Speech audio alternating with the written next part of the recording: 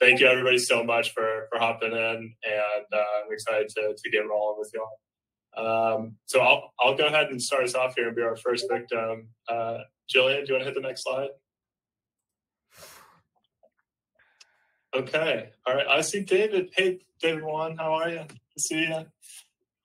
So I'll just, for those of you that are newer to InVenture, and for those of you that can see the screen, it's a little small for us here, but that blue bar on the right is business interests, as comprised of all the other asset classes that are out there.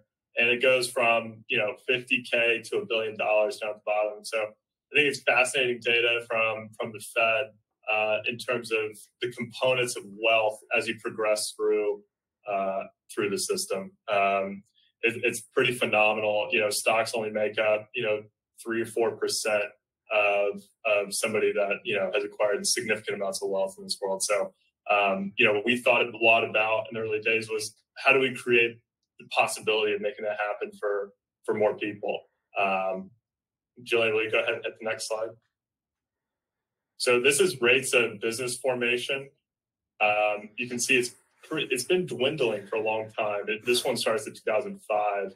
If you go back to the 30s, the 40s, basically everybody and their mother was a business owner. The American way was kind of self-proprietorship.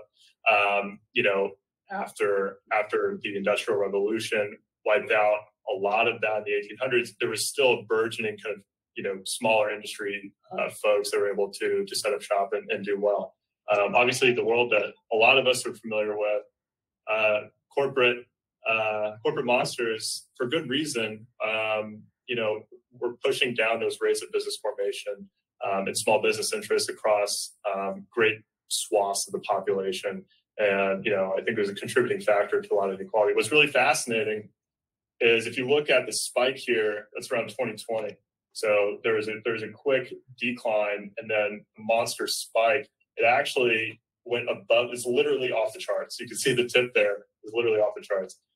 So it's been a phenomenal change in the world that now, the rate of technological innovation has allowed us, to compete in ways that we weren't able to do, as a solo person competing against a giant factory.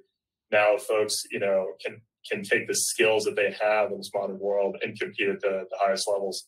And our whole, purpose here is to help facilitate that. If you want to hit the next slide, Julian.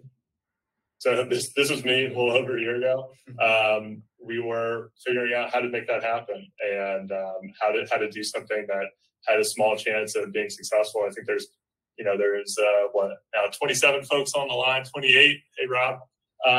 And 4 of us here, and there's probably 20, 30 that are also out there, brand new. And it's been an enormous growth in what we're doing here, but it's a very simple thing that we're doing. If you want to hit the next slide, Jillian. So, we thought a lot about how to set up incentives in the right way to make this all come to life. In the short term, that operates what you guys are familiar with as TPP. So when someone gets an offer letter from us, it says, "Hey, here's your interest in the talent pool of this business," and so it's designed to match risk tolerances throughout the maturity curve. So the presidents that we have here operate a lot like founders, and they're compensated that way. But even as you get further and further along, you find folks that maybe kids or earlier in their careers, what have you, but can kind of look at the prior months, prior quarters, and see what that looks like. So now at the end level, when we hire somebody, say, "Hey, this is what you'll be making. This is hopefully what we expect you to be making in the future." So the beauty of that is it retains incentive alignment very deeply all throughout the maturity of these businesses. In the long term, we use 10-year vest RSUs that vest over a longer period. Most startups, that Jay and most of these folks are familiar with, are 4-year vest ISOs with a 1-year cliff. So those are options. The problem with those is the strike price has to continually rise to retain the tax benefits of it. So as you get further and further more mature companies, for senior management, it becomes a very different risk profile than it is for the equity ownership. So they're a little bit more willing to take on greater risks. And I think, humble opinion, these guys have very sophisticated opinions. My humble opinion is I think I had small parts to play in the great financial crisis. So that's how we set up equity so that people can generate that over a 10-year period. And it's a wonderful thing to talk to folks and say, hey, is this something you want to do for a better part of your career? It's a very different thing than we might get a quick hit here and build a widget. And that means no salaries. So it's why we call it radical. And it's something that's very near and dear to our heart. All right, we're gonna hit the next one, Julian. So I tell people that first because when we set up a venture studio, we definitely weren't trying to do that. And the evidence is I didn't even know what a venture studio was. So we're definitely not trying to create a venture studio. We're trying to create a mechanism of compensation that had a chance of doing well. So cohort 1, early results, I'm going to skip over a lot of this because I want them to talk about it themselves. But in a very short period of time, Audley and Merchant Boxes have done fairly incredible things that I'll let them dig into even more. That's what's on the sheet here. And all of that was generated with very little in terms of capital. We did the first cohort with 120K. Do you want to hit the next one, Jillian? So today, a lot of these folks are on the phone today. But in terms of the studio, we have 7 folks. Here are the 6 here that run a lot of the day-to-day, the management team, if you will. Our advisory board is filled with wonderful folks like Jay, who's sitting next to me here. It's head of capital markets at Nasdaq. Mo Dastiger, who's done incredible things, including being the CTO, the turnaround of Sears, all kinds of interesting things.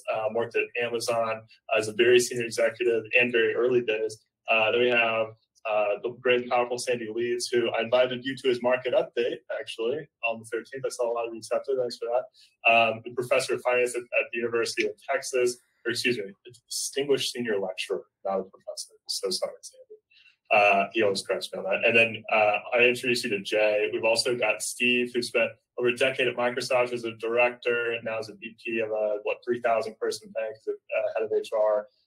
And Ted Ladd, who former dean of a business school, now is an instructor, professor at 3, including Stanford, Harvard, and Holt, and has interesting stories to tell you about dealing with bears and venture capitalists and which ones are scarier. And then we've got our 6 business leaders. I'll let them introduce themselves a little bit later on. We've got another 30. I think we passed 50 full on. I think 22 full-timers these days. I think we've got a couple offer letters out, so maybe hit 20, 23. We'll hit the next one, Jillian. So one of the things that's always, blows people away at first is the fact that we come up with our own ideas. You see at the very far left, it's kind of small on ours, but you guys can probably see it. That ideation and diligence piece is something that we actually do internally. So we're gearing up. You guys can see that in the next 2 weeks, we'll be doing that for cohort 3. And we can, go through all the processing criteria that goes into both the ideation and the diligence that we do for, something like 2 months before we ultimately pull the trigger on the 3 or 4 that we're going to do. Now in cohort 3, we're actually doing 6. So it's very exciting. The rest of the time, once the presidents join, we have 6 months with them, very hands-on, building these things out from scratch. And I like to tell folks it's a lot like making pancakes, and we're slowly getting better at it. Sorry, Matt and Doug, you guys, got to see the worst of it early on. But that's a process, which a lot of you guys are familiar with. But I want to note that several months ahead of time, there's a lot of work that the studio staff kind of does in the background to make it all come to life. You want to hit the next one? So, all that to say, we've changed a lot as we've grown, but, the foundation is, always the same, and a lot of credit to Nathan forcing us to articulate our purpose here, which has stayed the same the whole time. And I think as long as I'm here, it certainly will. But you can see the flywheel has started to turn here. So we launch and support high quality businesses, are continually getting better and operating with more efficiency and in an attempt to generate exceptional returns as we've done so far, which allows us to attract the right talent and capital and continue to wheel. So that's how each successive cohort we're doing, more folks, more capital intensive launches and doing it better and better. The next one. So early results, you guys can tell that very far bottom left dot is a $10,000 check I wrote for basically everything I had to get it started. So these days we do the cohort commissioning, which allows us to basically sell a portion of our assets in the next cohort to fund the next one. You can see we've been slowly but surely creating a nice bend to the arc here. I actually deleted the one from the next round because it made the arc look too ridiculous. But we're targeting now 900K for cohort 3, and we're on track for it, which is really exciting. But you can see as we progress, capital works in exponential degrees. So it's a really exciting thing to see, not only an exponential curve here, but that we're actually bending it further upwards, which is great. We hit the next one. So this is our portfolio value to date. Our very humble beginnings here. We've been operating for a year, and based on the assessments that we're getting independently, this is what we're looking at, and then heavily discounted for our ability to place those at any one time. So it's very exciting that just over a year ago we were nothing less than a couple of guys with a laptop. All right, you hit the next one. So quick closing. Audely has 3 Davids. One of them there on the bottom left of our screen is David Wan, who is the hey David. He is the head, a former chairman and CEO of Harvard Business Publishing for a long time. Before that, he ran Hingle Publishing. The other David is David Markowitz, who runs basically all the podcast contracting at Netflix. And they're both advisory board members at Audely. And the other David is our head audio engineer at Audely. He joined in very early days, was actually, I think, the second employee that we had in the business unit. And this month, tomorrow, he'll be getting a check for his TPP that allows him to pay for everything he needs for his family and do everything it takes to be alive in modern day by something that he built together here with our folks. Not a president, he's an audio engineer, and was able to do this here with the great work of folks like those Davids and like Matt Wells, all due to the support of you guys. But not only that, he also owns a big chunk of it. So if it was sold tomorrow, not only would he be able to take care of his family, he'd probably try to pick me up in his Ferrari or something like that. So that's just, not only on the income side, but owning the place where you work is very meaningful, and I think deeply incentivized to the right folks. And to Dan, I also wanted to draw attention to Dan Lee. Thanks so much for joining, buddy. Dan is, as of the 9th, will be taking over Falconer. And Falconer was one of the cohort 1 companies that crashed and burned completely, as many of you remember. And we were joking earlier today when they have to change it to Phoenix or something like that. But Dan will be joining and taking the reins there. I wanted to pay special attention to that because I just wanted to take note of the fact that if you just keep going, taking the next step, it's very hard to lose, even when it totally crumbles to the ground, if you've got great people around. So Dan, I can't wait to welcome you all. But I think that's it. Jillian, if you want to hit the next one. All right. That's it from me. I'll have some more kind of to close this out, but it's been a hell of a first year. I think we want to spend the majority of the time hearing from the presidents directly. So I'll go ahead and call, see if anybody wants to go first here. I see we've got a lot of our folks. John, do you want to kick us off, sir? Be happy to, if I may. Thanks very much, Sam, not just for the presentation, but for what you and the Nth team has put together. It's been a fun and entertaining ride so far, and the further downstream we get in this, I think the more we all see value in it. Value that we may not see on the outside looking in, but now that you're inside of it, you see more of it. The flywheel is actually a thing, which is great. But my name is John Light. I'm the president of Sabretooth, and Sabretooth is something of a unique tech talent acquisition vehicle, if you will. I've spent close to 20 years in the recruiting space, both as an executive headhunter, running contingent teams, running a contingent desk, managing temp teams, managing RPOs, have really been around the block in that respect. But it's always bothered me that there's this huge gap in what vendors as recruiting firms can deliver to companies. And so what we've done with Sabretooth is we've gone out and surveyed the market to get some targets, I guess you could say, to build Sabretooth toward. And what we've discovered is that there's a huge gap between service accountability that you might see with a retained firm and the speed and sense of urgency you might see with contingent. What we found from the survey and what we hope to bring to the market, what we are bringing to the market with our model, quite simply, is an improved time to fill and quality of hire across the board, as well as a lower cost per hire utilizing our pipelining model.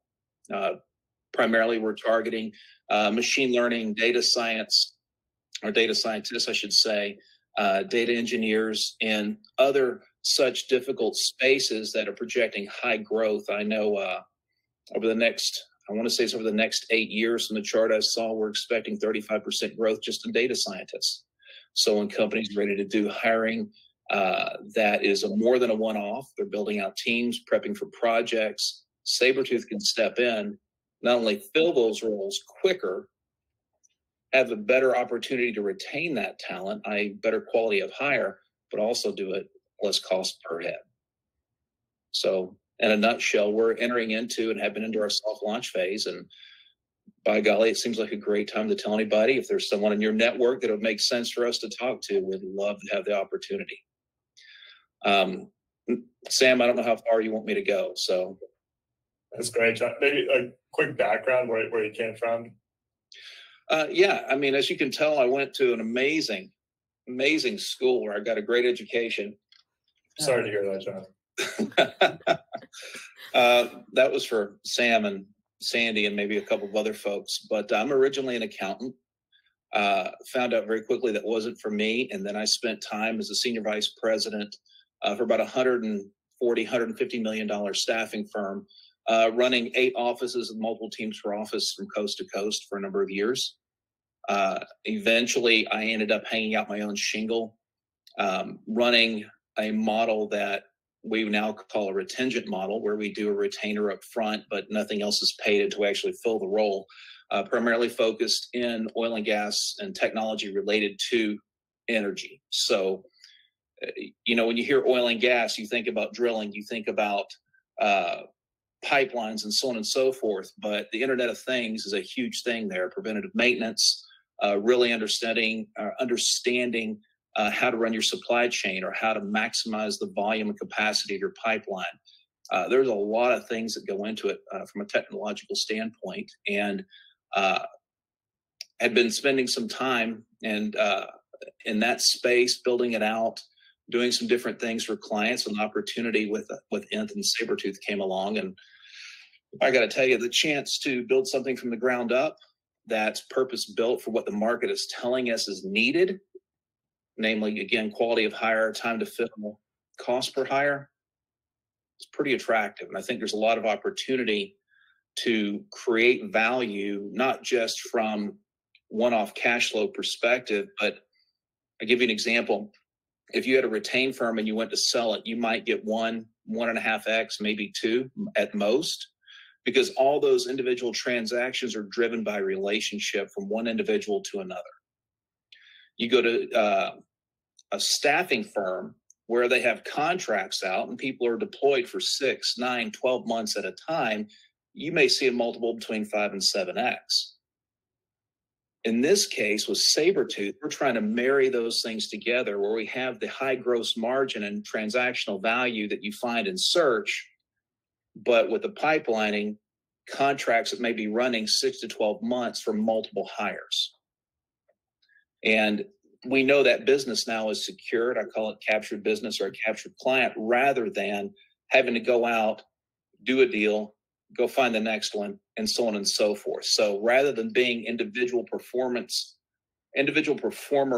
centric, Sabretooth's goal, our goal with this, is to build something that is more of a machine, a process that continues to drive and deliver revenue and value, not just to our clients and our candidates, but also to our team. Thanks, John. Appreciate you, buddy. So John has gotten Sabretooth going very quickly out of the gates. And one of the reasons we launched Sabretooth is because we knew we needed a lot of folks. And so he's already been doing a lot of recruiting for us, improving the model internally, and doing some very interesting pilots. So appreciate it, John. Thank you very much there. Doug, you want to be our next victim? Oh, Julio, by the way, pointing right there. Julio just joined because he was actually in an interview that John just lined up for a CTO. So, hey, Julio, good to see you. Doug, go ahead, sir. Awesome. Yeah, Doug Smith calling in about Certed. So what we've done is we've built out an assessment and education platform for identifying job readiness and upskilling employees to be fully job ready. And the area that we're focusing is primarily on industries that have high turnover. So often manual skilled workers, artisanal workers, oil and gas, construction, and service-based positions such as restaurants, et cetera. So we've already mapped out 315 occupations and the associated competencies those individuals need to have to be successful in their jobs. That information is based on a large data set that actually is leveraged to build out what the BLS does in terms of reporting of new hires, job openings, et cetera. And we're leveraging some of the new novel concepts of OpenAI and some other open source education content to create assessments that can quickly allow for a employer to vet a prospective candidates and or new hires on how job ready they are. Are they going to be safe on the job site? Are they going to be able to do what they said that they were able to do? Does their resume align with what they quantitatively can do? We continue that validation process. What we're really ultimately going to get to is the development of a platform that allows for portability for workers to basically say, I have this skill set and it's transferable. So taking your resume and adding something a little bit more sticky to it and having a third-party organization validate it. And where we're spending most of our time is in areas that have been traditionally underserved. So, sort of avoidance of the IT space per se, but more looking at vocational trades and things of that nature. So,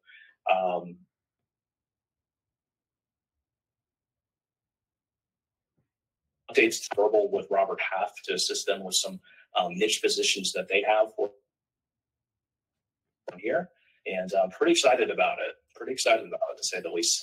My background, just for transparency purposes, I did a stint for about 2 years or so working for Raymond James venture capital firm, which is known as Ballast Point Ventures. They've since spun out. Right around 10 years or so working in the private equity space around career education and continuing medical education. And I had a really cool opportunity to work with one of the portfolio company that firm exited from to work with on strategy, operational improvement, and some data science work. So it's pretty neat what we've been able to accomplish in a really short period of time. And definitely welcome any conversations folks want to have. If you have any job hiring needs that you have right now, glad to look at it, develop an assessment for your team and the associated personalized learning plan for those individuals to make sure that they're competent and ready in a timely manner. Thanks, Doug. Appreciate you. So if you guys didn't catch that when he kind of panned out there for a second, it just secured 2 huge pilots, one with Robert Half, which is very exciting. So Doug, congrats, buddy. We're very excited to see it come to life here. Jim, I see you taking off the glasses and getting settled in. Do you want to be our next victim, sir? Yeah, I'm a little bandwidth limited, so I wanted to save it for the talk. So anyhow, I'm up here at Tahoe. We got about 4.5, 5 feet of snow, and I'm trying to get out today. So I'm glad I could join you, though, before I go. I've been here since early October. My background, I'm an engineer by training, got an MBA at Santa Clara University, been in the Silicon Valley since 1985. Been with some high-growth public companies, been with some also quite a few startups, and the majority of those have found positive outcomes, as we call them.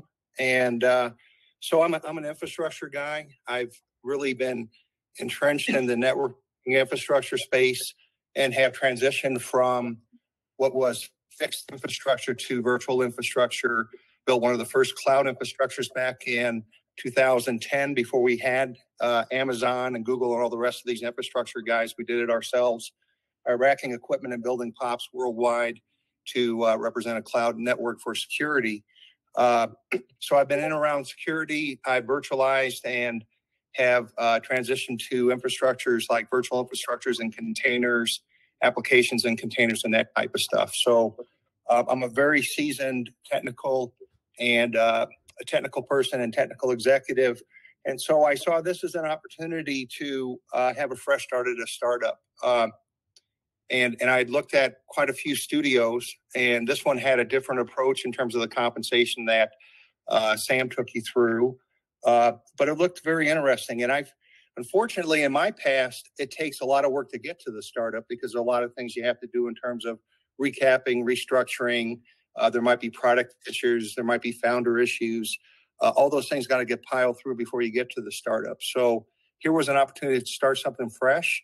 I think we had an inkling that there was a huge opportunity in the machine learning space. That's kind of where we started. As we piled into it, a consulting firm isn't all that interesting in its own right. It is a great concept to offload people who can't really hire the right people to transition to new technologies like AI and ML. So that's where we started from. As I dug in, we saw that the real target for this are people that are of two things. One, they're growing. They're smaller, though. They have smaller IT staff, but they've got, decent revenue. They're really what we call a small, medium enterprise. And that's where we're looking at. We're looking more at the medium part of that. Then the second piece was people that rely on technology, but don't really have the wherewithal to create it themselves. They are focused on their core businesses that rely on the technology, but they're really not a technology firm per se. I can give you an example of an enterprise like this, Trapeze Networks, which I ran back we sold in 2008. We were $100 million in revenue, about 140 people. We had an IT staff of 3. Perfect target, right? Because we were focused on our core business. But if you're really looking to extend your business into modeling, predictive analytics, those type of things, to hire those type of people, you're looking at a carrying rate for 2 people of upwards of 400 to 500K fully loaded per annum. And so that's what we're really trying to create, is we're trying to create a way that we can provide that injection of technology in predictive analytics without people having to actually go hire those people. We take it one step further in that. What makes it interesting is once you finish that and open their business to modeling and predictive analytics, you actually host that platform in the cloud. So now what you have is an annuity stream that allows you to grow the business. In addition to new contracts, which is more of the consulting and project piece of it, it builds into a platform that can be replicated and grown very aggressively in the 1, 2, 3 years of operation. So that's what we're building.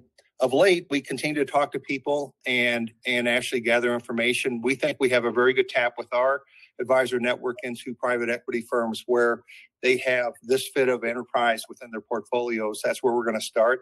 And what we're finding also is that if you are able to open artificial intelligence in some means to these businesses and make it available to their software stack, you can find a company that maybe is bringing a 3 to 4 times multiple become a 6 to 8 times multiple just for having access to that technology. So in the off time here during the break, I've been looking into, in addition to hosting in the cloud, can we potentially open up modeling through an API to existing software stacks? So that's where we are. It's very early. We're soft launch like John. John has been instrumental in helping me find talent.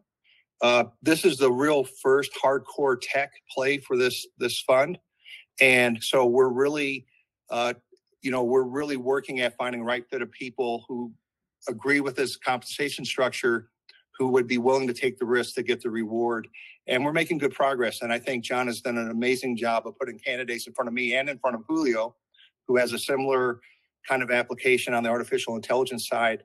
But that's where we're sitting, getting that technical lead in place. We're hoping to have trials within the next 4 to 6 weeks and then soft launch the company.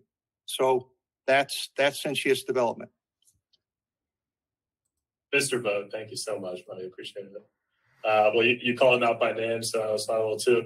Julio, take the stage, good sir. This is the last of the 4 of cohort 1. Go for it. A little late. Are we giving our background first? 2. Cohort 2. Go ahead. Our background first, or? Yeah, if you could just give like a quick Okay. 5 background and what you're building here. So my background's in traditional media, for Telemundo, Dick Clark Productions, a long history with a lot of Spanish market expertise. And I got into this because I saw 2 things. I saw a great opportunity to do a B2B business that seemed simple. And then as we looked at it more carefully, it got even simpler in terms of what's behind it. We're basically going to provide both data and interpretations of data to companies, PR agencies, marketing agencies, but also celebrities, also politicians, also anybody at university, anybody who wants it. And we find that the information that we need to provide is readily available and cheaply available. What the differentiator is the interpretation of the information. And that's what's missing. But by doing that, we find that there's a layering aspect to this, that the big players who are in this business need another layer, which they don't have, and we can provide. So we become a fairly immediate target for them. The crux of it, I think, and I've said it from day one, is to have an IP, something that protects, gives a moat around the business, because there are some big players. News Corp is in the business, and they can do a lot of things not very quickly, but they can do a lot of things with a lot of money. So we're a little behind the rest of you because we started behind you, but this is a good week to catch up. We just had a very good meeting with a potential CTO who's very bright, very product oriented, which is what we need because the technical part is easier than we thought it would be. But it really has no limit because who doesn't want to know what people are saying about them, what the press is saying, where they stand, and what it means? Who doesn't want to know that? Celebrity wants to know that. Pfizer wants to know that. A university wants to know that. A politician wants to know that. And it really isn't out there. And it's not out there in a packaged way, the way we're thinking of packaging it, which is very, very hip, very easy to read, and allows you to go deeper and get more information as you need to. And of course, that's going to cost a little bit more than the basic fee. Oh, yeah. Thanks so much, Bud. So those are our 4 cohort 2 presidents, and they've been here between 6, 7, 8 weeks for the most. And except for Julio, who's going in front of the board next week, they've all put together 40-page documents, putting together all their plans with their advisory boards, and getting ready to go to market here in the new year. So we're very excited to get these guys after they've completed all their planning out and into the world. So it's very exciting. Doug, Mr. Epperly, the cohort 1 president. Do you want to give the guys a quick few minutes on merchant boxes and what you guys do there? Happy to, Sam. Good to see you. So good afternoon, everyone. Pleasure to meet you. Some of you I haven't met before, so it's nice to see everyone on the call. My name is Doug Epperly, and I'm the president of Merchant Boxes. Happy to say that Merchant Boxes has kind of been through the Nth Studio process and has come out successfully on the other side, though we're still growing quite a bit and moving forward. We were founded actually in January of 22, so we're almost 1 year old this month. So it's been an exciting year as we've come through the process. My background is I spent about 30 years in the CPG space, basically in global supply chains around the food industry, building out supply chain and international sourcing and delivery, import-export operations, doing those things. So when I got out of that, I started looking at the opportunities here, and I came across Sam and the Nth Studio team, Merchant Boxes, which was originally conceptualized as kind of an e-com, packaging provider. Has kind of evolved in the past year, quite a bit past that, to what I would call a bespoke packaging company. We tend to do high-end packaging that creates customer experiences. As we've all been through in the last couple of years with the pandemic and everything, people are at home and they really want to have those nice shopping experiences that come to their house. So we've been focusing on a lot of very high-end packaging. That's what we'll call experiential packaging, and having quite a bit of success at it, honestly. We kind of started out in identifying some very niche industries where we could do proof of concept, and found ourselves to be quite popular in a couple of interesting spaces that we didn't necessarily target, but we're having a great deal of success now within the cannabis space, within the spirits and wine space, and we're moving into some different food-regulated spaces as well, with some gourmet foods that we're currently working on at the moment. So it's been a great opportunity for us to kind of try some different things and move forward in some different areas than we initially anticipated. But it's also leading us to some really interesting opportunities to create value for our customers. In the year that we've been here, we've been able to actually build quite a stable of repeat business.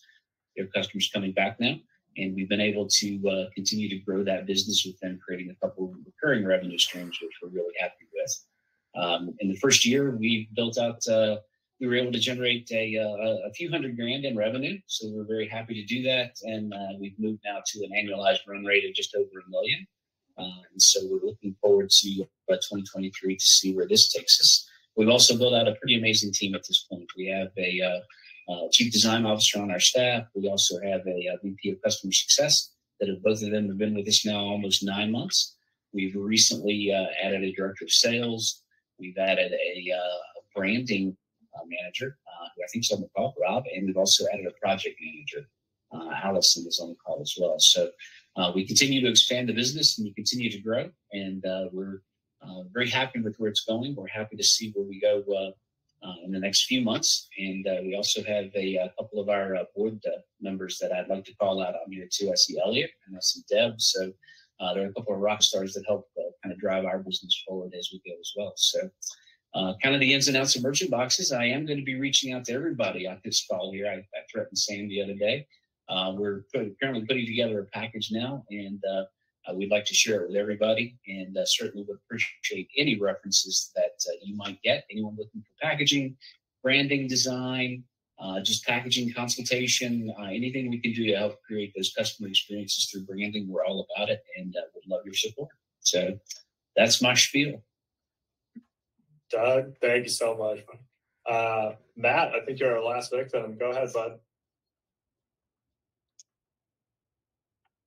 It's like a muted sheet. Yeah, the audio guy has audio problems. Sorry about that. Yeah, so I think that I'm used to going first, so going last is fantastic. I appreciate the change of pace. We were, I believe, the first company to go through the process, and Doug shortly behind me. And it was a great experience.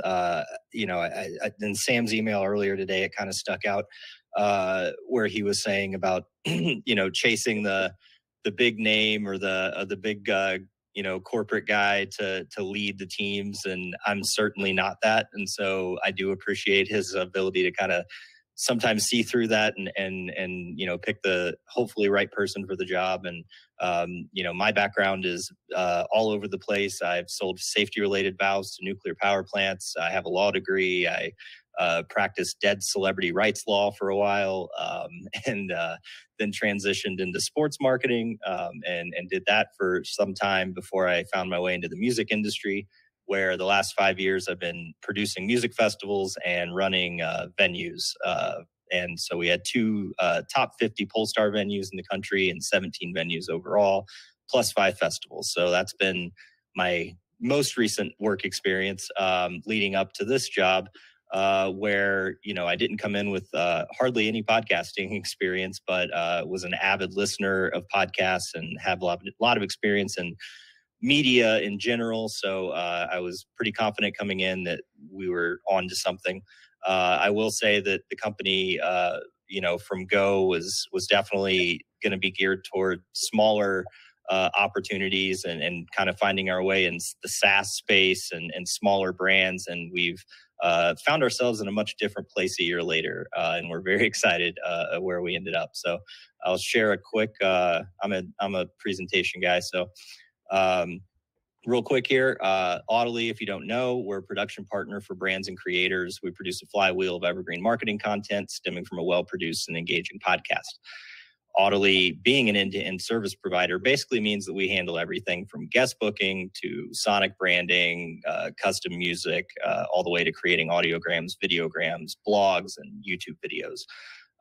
We're currently in pre-production or producing 19 podcasts now, which is, I don't think we expected to be here even a few months ago. So it's very exciting. We're in areas that you want to be in, definitely true crime, business, healthcare, sports, music, and soon to be interior design as well. Here's kind of a quick overview of kind of the services that we provide generally.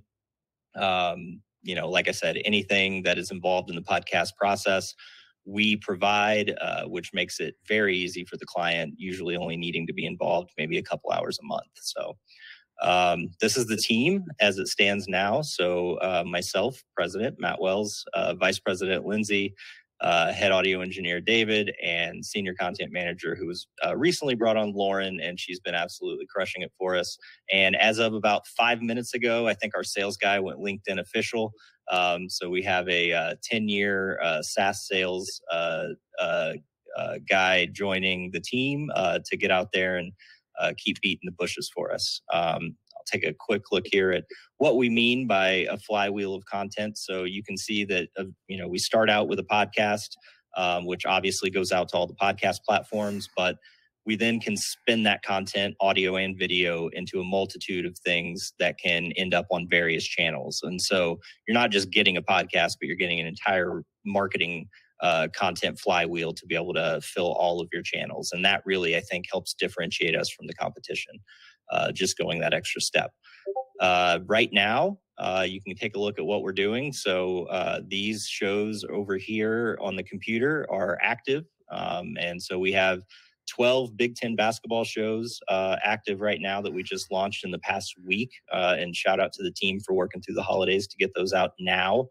So they're out today. You can go to your podcast platforms and check them out.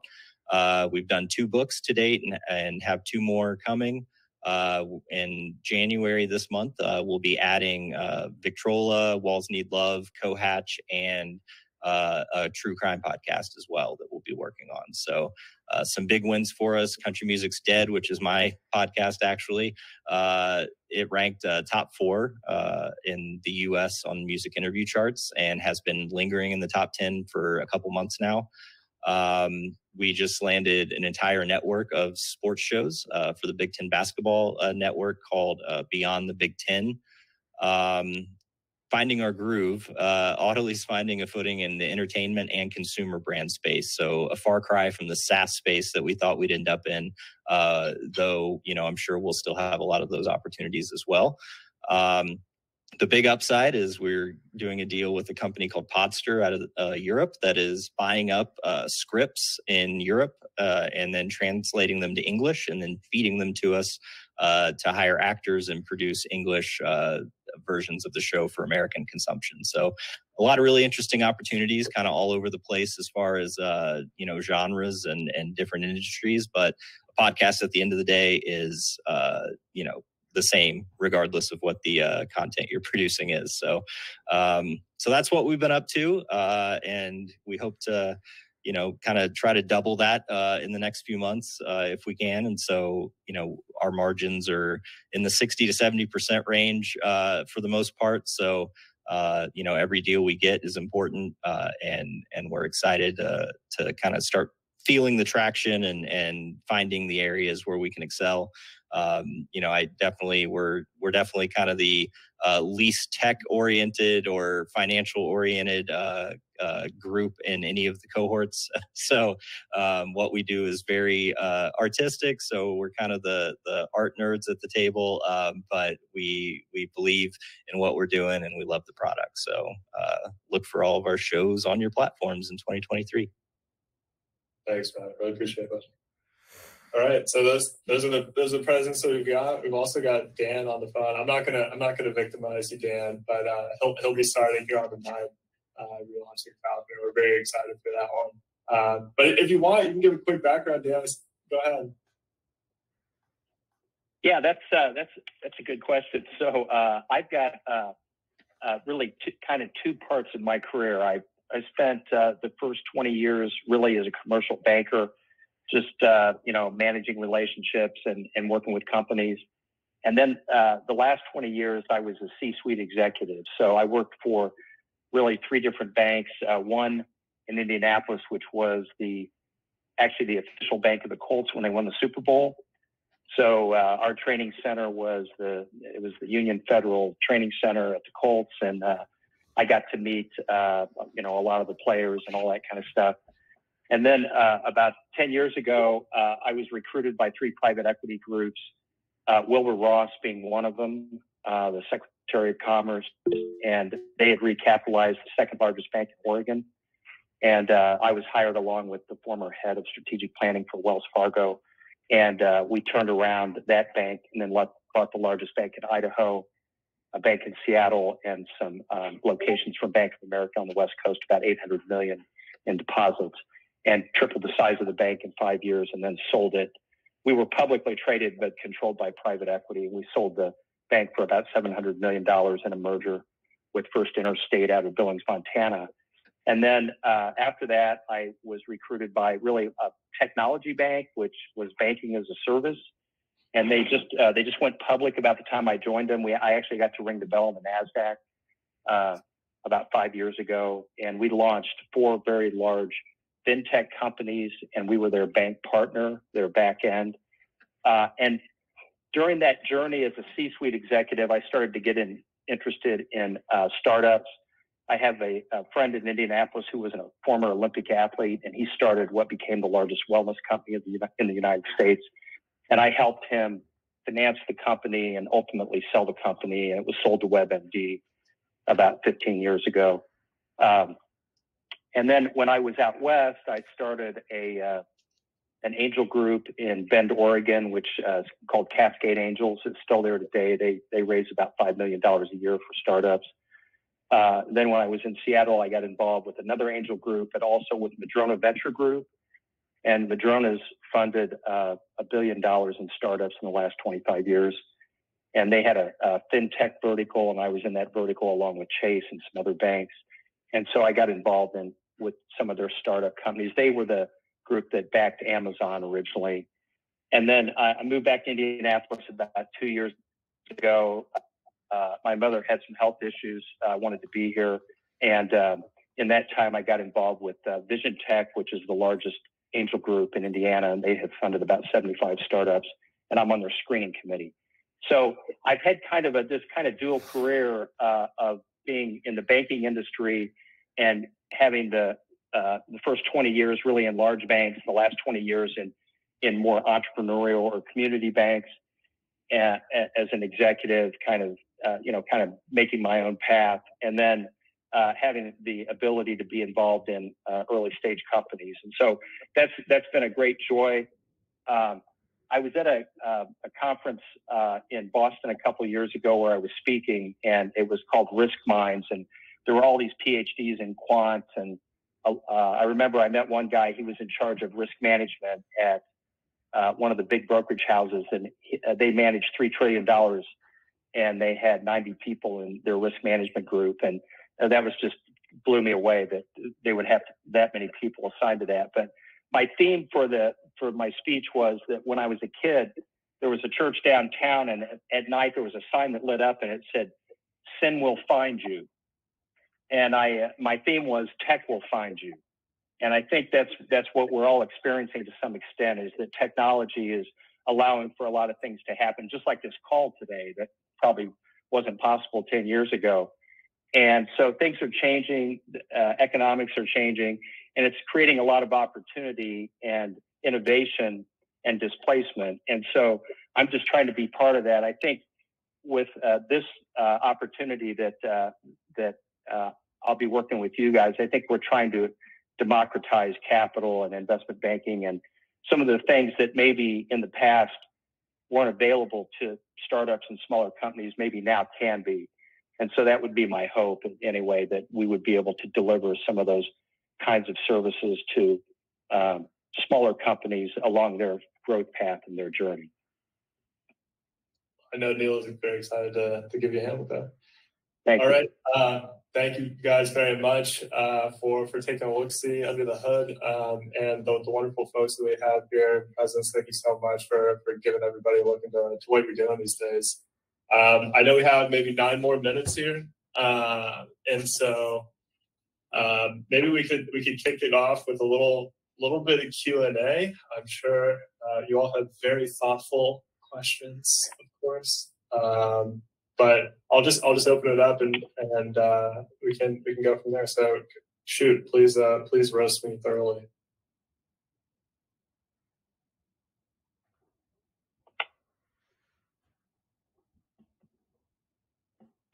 Everyone was loud. Stunned into silence. Yeah, everybody was loud. It's okay. So, Matt, when I bought this, the house that I live in today, when I bought it, the guy across the street became the CEO of Sirius XM, and he actually still lives in the neighborhood. I run into him from time to time, and it's just amazing to me what's happened. He was with Thompson, and he launched the pizza disc that you would use as a satellite to bring cable to your house without a line. And then he left there and he joined Sirius when it was really struggling, and was there for many years, chipping away. But finally, the economics and what they were trying to do made sense. And so I've seen how something can start, with practically nothing, although they had some monopolistic characteristics, and become something very big. And I think the business you're in is very exciting. I think it's the future, really. Yeah.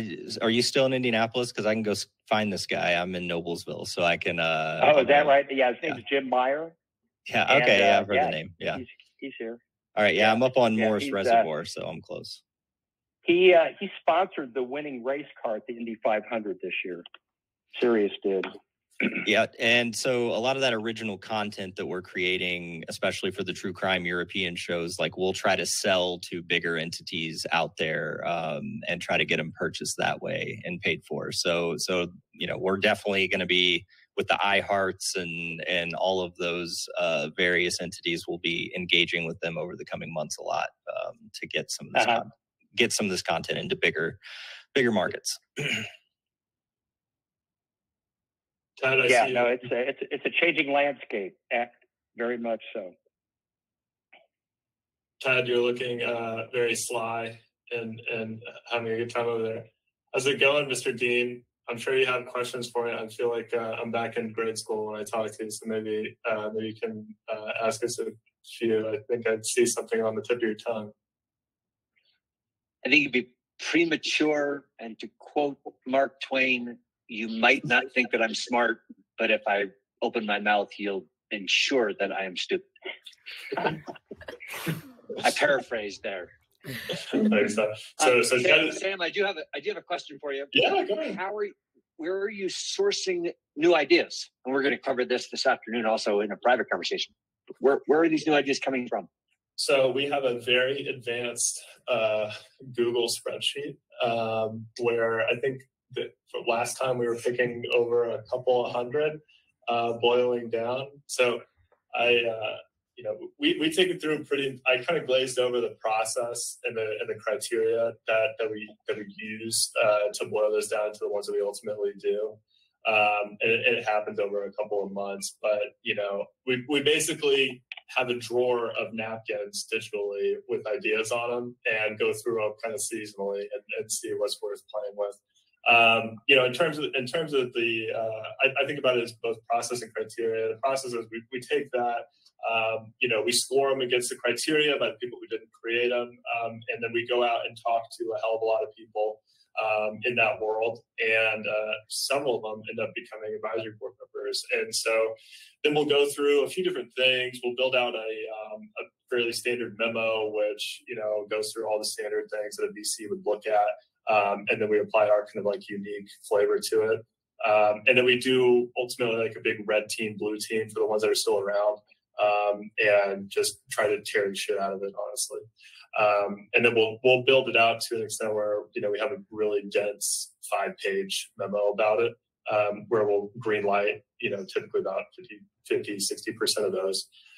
So that's how we go through in terms of our process on kind of a seasonal basis. And then in terms of criteria, we're looking for three main things that I can take you through. And so, the first one is we're looking for markets that are undergoing significant amount of change or disruption or growth in a way that's kind of like a stepwise function. And so we're not the disruption people, but we use that as a mechanism for us to gain a foothold. So, Doug is in packaging and, with the CPG exposure, mostly to e-commerce. And so obviously that has exploded.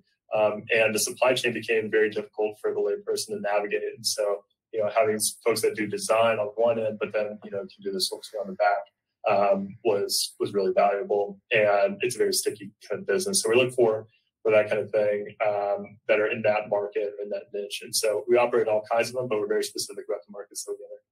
The criteria there. And then the second thing is obviously we look for businesses that are not super capital intensive. I don't think Neil and I want to go and start a downstream refinery in Corpus Christi or anything like that.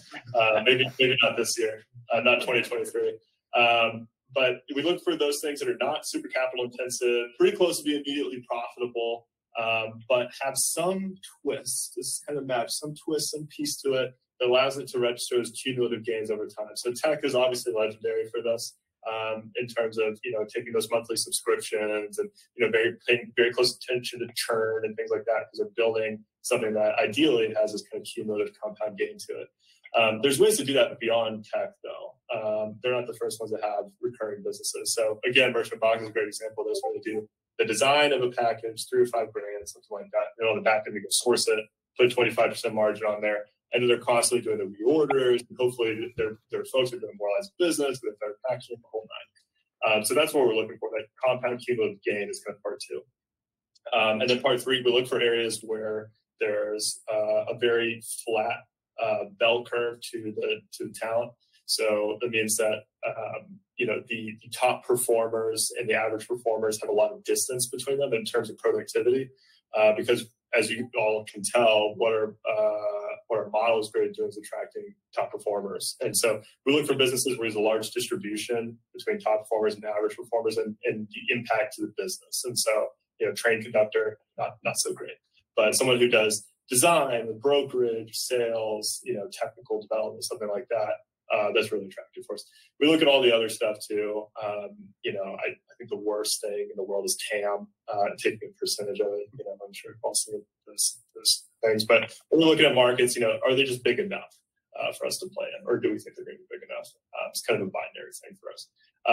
We look at all the typical things, but those are our three main ones that are kind of unique to us. Maybe not even that unique, but those are the three most important.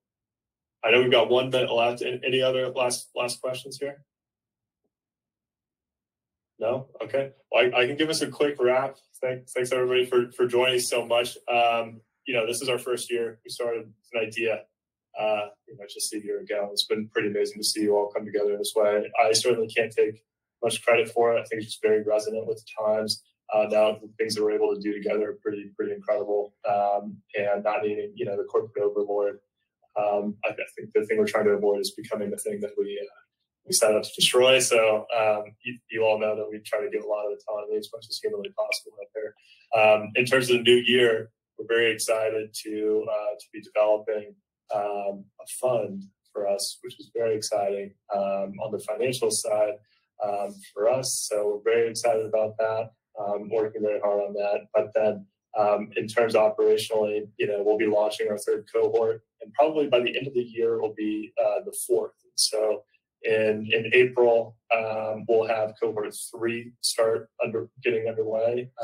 Cohort 2 will be just towards the end of their cycle, and then towards the end of the year, we'll be looking at cohort 4.